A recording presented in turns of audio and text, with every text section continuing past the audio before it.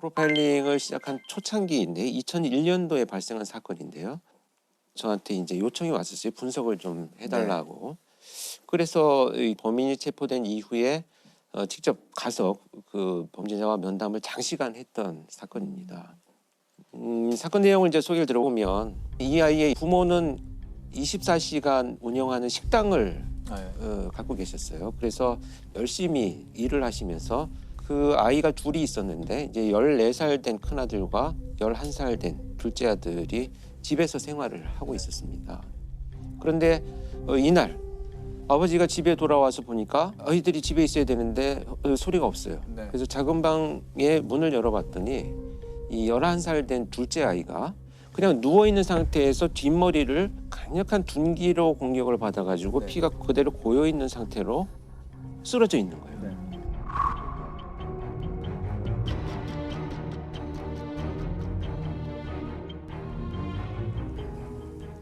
그래서 이 아버지는 이제 놀라서 이 아이를 들쳐업고 그냥 병원으로 갑니다.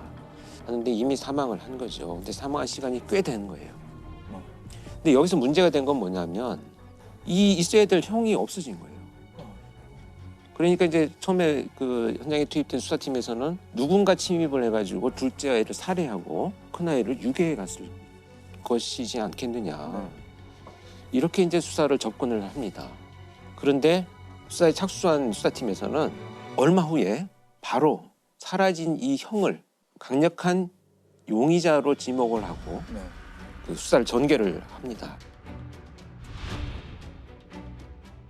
일단 이제 드나든 사람들에 대한 흔적을 찾기 위해서 가장 먼저 할 것이 이제 경찰에서 CCTV 수사를 했는데요. 사망 추정 시간이 지나서 얼마 후에 이 큰아들이 가방을 메고 유유히 혼자 걸어 나가는 것이 CCTV에 찍힙니다. 그래서 이 아이의 그 일기장이나 이런 흔적들을 이제 봅니다. 도대체 왜 이런 일이 벌어졌는가. 그랬더니 이 아이가 좀비라는 이름으로 미니 홈피를 운영을 하고 있었어요. 거기에 보니까 군내 갔다 와서 살인을 마음껏 즐기는 것이 나의 꿈이다. 그래서 나는 그것을 실현하기 위해서 손도끼를 구입을 해왔다. 손도끼를 구입해서 침대 밑에 놓아두었는데 너무 기분이 좋다. 이런 글들을 이제 발견을 합니다.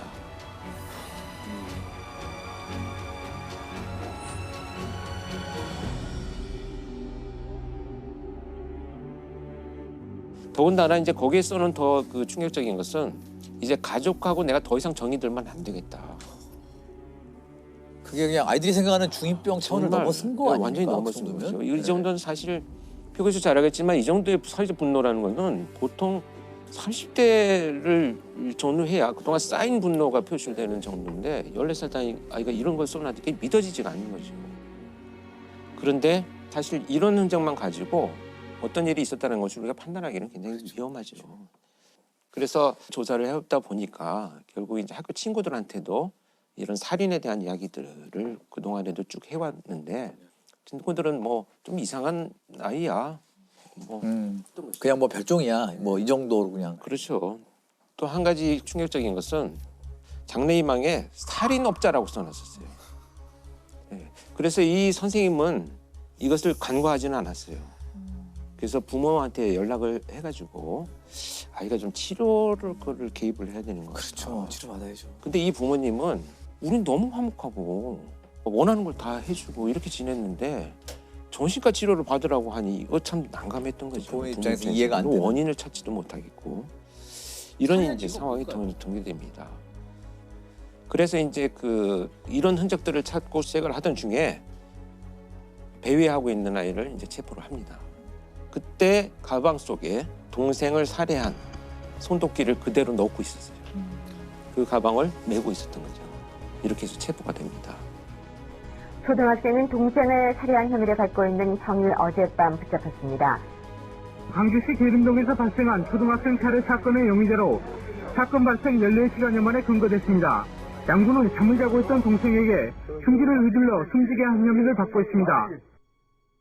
아니 왜 살해했을까요, 동생을? 그 왜 하필 타겟이 동생이 돼야 했을까요? 면담을 할 당시에 들은 이야기들을 좀 이제 전달을 해드리자면 이렇게 이제 살인을 너무 하고 싶다는 생각이 어느 날부터 이제 발전이 되어가기 시작을 하면서 이 아이가 당시 이제 체격이 굉장히 작았어요. 키도 작고 몸집도 작으니까 매일 팔 운동을 했다는 거예요.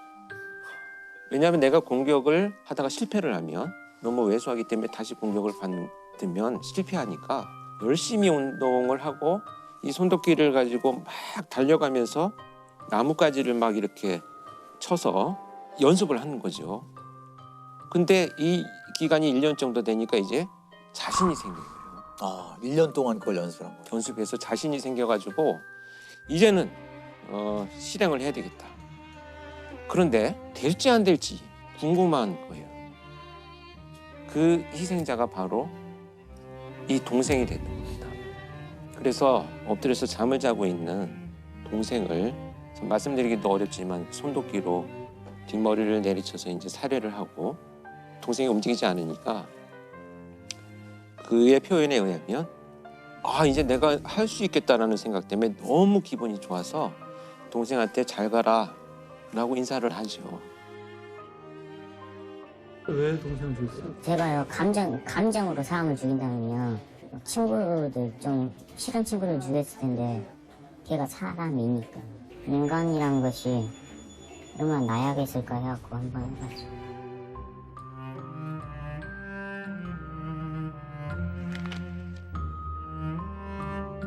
그래서 이 아이는 나와서 그렇다면 어떤 일들을 했느냐를 이제 경찰에서 추적을 하면서 면담을 이어갔더니 누군가 이제 오토바이를 탑니다. 좀 태워달라고 해서. 네.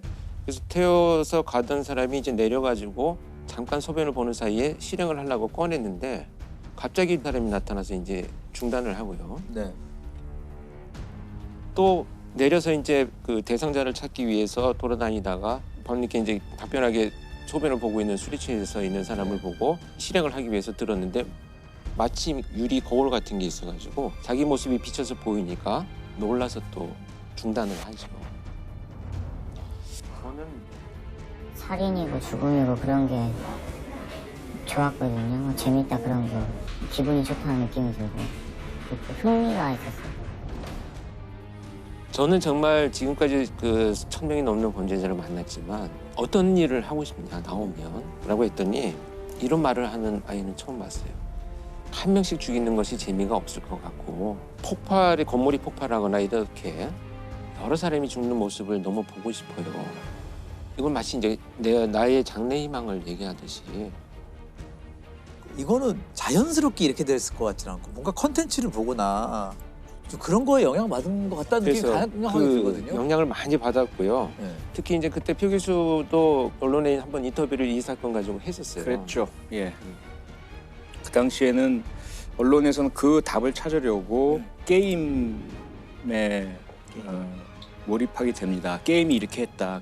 게임에서 하는 것들을 현실에서 그대로 적용하려고 했다라고 섣불리 진단을 하면서 맞아요. 게임 중독의 원인이라고 얘기를 했는데 사실상 전혀 학술적이거나 의학적인 근거는 없는 거예요. 네, 그렇죠.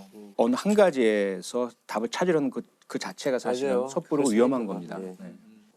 그런데 이제 그 와중에라도 이렇게 이 아이가 처한 환경적인 요인이 뭐가 있었느냐를 자꾸 들여다보고자 하는 노력을 하는 거고요. 그렇죠. 제가 볼 때는 그러니까 이 부모가 뭐 잘했다 잘못했다는 게 아니고 경제 생활을 하다 보니까 이제 아이를 돌볼 시간이 없었던 거죠. 교대로 집에 와서 잠을 주무시고 또 일을 하러 가고 케어할 수 있는 기회가 없어졌고 결국은 그것이 이제 방임의 결과로 나타난 거죠. 그래서 저는 안타까웠던 것 중에 하나는 아버지나 어머니가 들어올 시간이 있대요. 저녁에 뭐 한 10시, 11시쯤 되면 두 분이 교대를 하면서 들어오시는데 막 온몸에 막 휴지를 감고 미이라처럼 앉아있기도 하고 그러면 이 아버지나 어머니가 와가지고 아이고 우리 아이가 의사가 되려고 그러나 이렇게 그냥 말 한마디를 하면 또 주무시고 일을 하러 나가야 되는 거예요. 그러니까 무관심이네요. 근데 결국은 이제 무관심이라는 결과로 나타난 거죠. 근데 사실은 이 아이의 이런 행동들 여러 에피소드가 있지만 대표적인 이런 행동들은 아이가 부모 옆에 가고 싶은 생존이에요. 그러니까 나를 좀 봐줘요. 그 엄마 아빠 눈에 띄고자 하는 건데. 네, 생존의 그렇죠. 어떤 시그널이 관심을 받고자 하는 거죠. 근데 부모도 결국에 열심히 일해서 돈 많이 벌어서 자식을 잘 키우고 그럼요. 싶은 마음으로 네. 그랬을 텐데요. 그러니까 이제 네. 이렇게 이제 고의적인 방임은 아니잖아요, 사실은. 그래서 저는 국가가 좀 더 그런 고립된 환경에 있는 아이들을 어떻게 할 것인가에 대한 고민들은 할 필요가 있다고 봅니다. 그렇죠. 한 아이를 키울 때 뭐 모든 마을이 필요하다, 온 마을이 필요하다는 말은 맨날 하지만 실제로 그렇게 하지 않고 있잖아요. 누군가 단 한 사람이라도 언제나 이 사람은 나를 생각하고 있어라는 누군가 한 사람과의 애착이 끝만 있어도 그런 범죄는 안 생긴다는 거죠. 그런데 지금 이 사례 같은 경우는 없어요. 부모님은 마음은 있으시지만 그런 애착을 형성할 수 있는 정신적인, 체력적인 여력이 전혀 없는 거예요. 학교도 오직 진학과 성공에만 초점을 맞추지 이 아이 한 명이 그러한 제대로 된 인격체로서 주변 사람과 소통하면서 사회화가 잘 되고 있느냐? 이거 우리 교육 체계가 제대로 담아내지 못하고 있거든요. 그런 것들을 우리 한번 이 사건을 통해 생각해 봐야 하지 않을까 싶어요. 맞아요.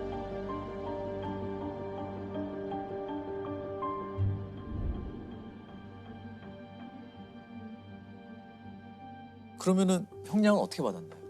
청량은 일단 소녀법이 적용이 돼가지고 이 사건은 재판은 비공개로 진행이 됐고요. 네, 4년 단기보호 처분을 받았습니다. 4년. 사실 수위가 높은 범죄였는데 처벌 논란이 꽤 있었을 것 같아요. 4년이잖아요. 보호처분. 성삼위성연자니까 촉법소년. 표철 교수님은 촉법소년에 대해서 어떻게 생각하세요? 촉법소년 문제 간단치가 않죠. 근데 강한 처벌만이 해결책은 아닌 것은 분명하지만 가학적이고 강력한 범죄에 대해서는 오히려 처벌이 피해자에게도 그것이 어떤 회복 효과를 주진 않겠지만 그나마 회복의 출발점은 될 수 있거든요. 나에게 이런 행동을 한 가해자가 정의 심판을 받았고 처벌받았어 라는 것은 심리적 치료를 할 수 있는 첫 출발점은 돼요. 그런 출발점은 되기 때문에 강력범죄를 저지른 경우라면 온당한 처벌을 무겁게 받아야 한다. 그렇지 않고 또 주변의 잘못, 성인들의 잘못으로 인해서 행해진 그러한 청소년 범죄라면 그들에게는 환경 개선이 더 중요하다. 그것이 저는 핵심이라고 생각합니다. 근데 지금 소년범 같은 경우는 좀 다른 방식으로 우리가 좀 봐야 될 필요가 있어요. 소년법상 19세 미만을 소년이라고 하고 그 사이에도 여러 가지 나이로 분류가 되는데 10세가 되지 않은 아이들 같은 경우는 아무리 범죄를 저질러도 형사처벌되지 않고요. 그리고 10세 이상 만 14세 미만 이 사이에 있는 소년 범죄자들을 우리가 촉법소년이라고 많이 불러요. 근데 촉법소년의 연령을 더 낮추는 얘기도 있고 여러 가지가 있지만 아무것도 아직 실행된 건 없어요. 이 형사 미성년자는 사실 14세 미만 되게 오래됐고 한 번도 변한 적이 없는 거거든요. 우리나라 그게 50년대, 예, 1950년대. 53년에 형법 제정되고 한 번도 맞아요. 바뀌지 않았기 때문에 사실 형사 미성년자의 나이는 이제 좀 고민해봐야 될 때일 것 같고 그래서 소년법도 이제 폐지하라는 여론이 사실 꽤 있어요. 그렇죠. 예. 지금 그런 소년법이라는 것 자체가 소년, 그러니까 반사회성을 가진 소년의 환경을 조정하고 품행을 교정하는 게 목적이거든요. 결국에는 이 사회로 다시 돌아와서 건전하게 성장할 수 있도록 소년들을 돕는 거거든요. 근데 제가 볼 때 소년법의 문제는 소년범죄 그 가정법원에서 심사하고 심리하고 이러면 정말 완전한 비공개고 검사가 들어가는 재판이 아니에요. 피해자들이 상당히 그 과정에 접근할 수가 없어요. 촉법소년은 체포 구속되지 않고 조사를 거부하거나 귀가 의사를 나타내면 사건 조사도 할 수 없습니다. 소년부로 송치된 후에는 피해자 가족이 재판 날짜를 알 수도, 재판에 참석할 수도, 어떤 처분을 받았는지도 알 수 없습니다. 사실은 지금의 그 처벌의 모습, 사법의 모습은 회복적 사법이라고 해서 모든 것을 진짜 원래대로 돌려놓는 데 이념이 있거든요. 근데 이 회복적 사법의 가장 전제가 되는 건 가해자의 책임과 사과거든요. 피해자에 대한 사과. 그런데 피해자가 원하는 그렇죠. 동의가 있어야 돼요. 네. 전제가 있어요. 그리고 가해자도 충분히 반성하고 피해자에게 사죄할 명확한 의사가 있을 때, 이것을 확인했을 때, 그 다음에 준비 안 된 미숙한 가해자가 자기는 미안하다고 사죄한다고 하지만 그게 피해자에게 더 상처를 더 덧낼 수도 있거든요. 그렇게 하지 않도록 훈련된 그 맞아요. 중재자가 중재자들, 네. 예, 미리 네. 얘기를 나누고 조정한 다음에 하는 거죠. 훈련된 중재자가 없어요. 그래서 안 되는 거예요. 그게 그게 핵심이죠. 그냥 돈으로 범죄 피해를 흥정하려고 한다는 네, 생각 맞아요. 때문에 피해자들이 오히려 더 반감을 가지는 경우가 많아요. 근데 이런 절차가 지금 이 소년법은 소년을 보호한다는 목적에 의해서 이런 것들이 많이 좀 잘 지켜지지 않고 있고 이런 것들을 하나도 개선을 안 하면서 소년범법을 없애라 소년범을 강력하게 처벌하라 하는 것은 사실은 근본적인 해결 방안은 전 아니라고 생각을 해요.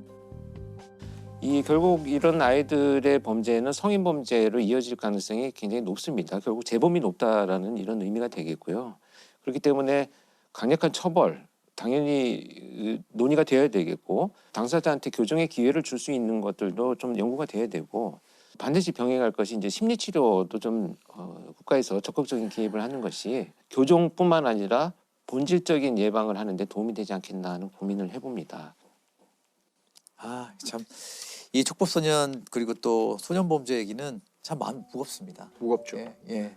그래서 제가 좀 마지막으로 드리고 싶은 말씀은 제가 이 사건을 굳이 오래됐지만 꺼낸 이유 중에 하나가 이런 케이스들을 통해서 우리가 무엇을 좀 놓쳤는가를 한두 가지라도 좀 찾아보자라는 간절한 심정이 있었어요. 왜냐하면 이때 내가 면담을 하면서 어른으로서 어떻게 무엇부터 접근해야 될지 너무 막막함을 느꼈기 때문에 벌써 20년이라는 세월이 지났는데 유사한 범죄들이 더 잔혹해졌다면 참 무엇을 했는가라는 좀 어떤 그 죄책감도 들고